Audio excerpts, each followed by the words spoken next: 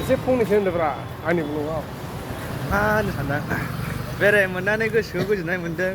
दिनै मानोना दुखथि गैया आरोखि नाइटआव दङ ओमफ्राय जोङो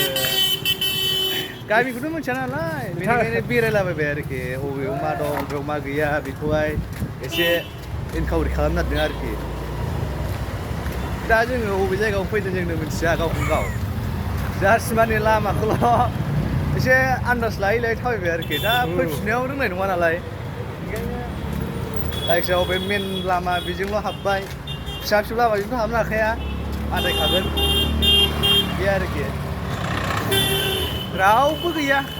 मा लायगोन नोङो सिलाफोरबो नुवा जेबो नुवा बहा थांगोन नों जास्ट माने माबानि कामाख्या स्टेसननि एसे एरिया थायो नालाय बिनि एसे बारहावा जालाहैनो नागिरदों मोनसे गार्डेन थायो खोमा गार्डेन दङलै अबेबा सेंग्रा सिख्ला बेरायग्रा गार्डेन जोंबो मिथिया आरोखि माबा थांसै आरो औ थांनायसै दे जों मिथिया नालाय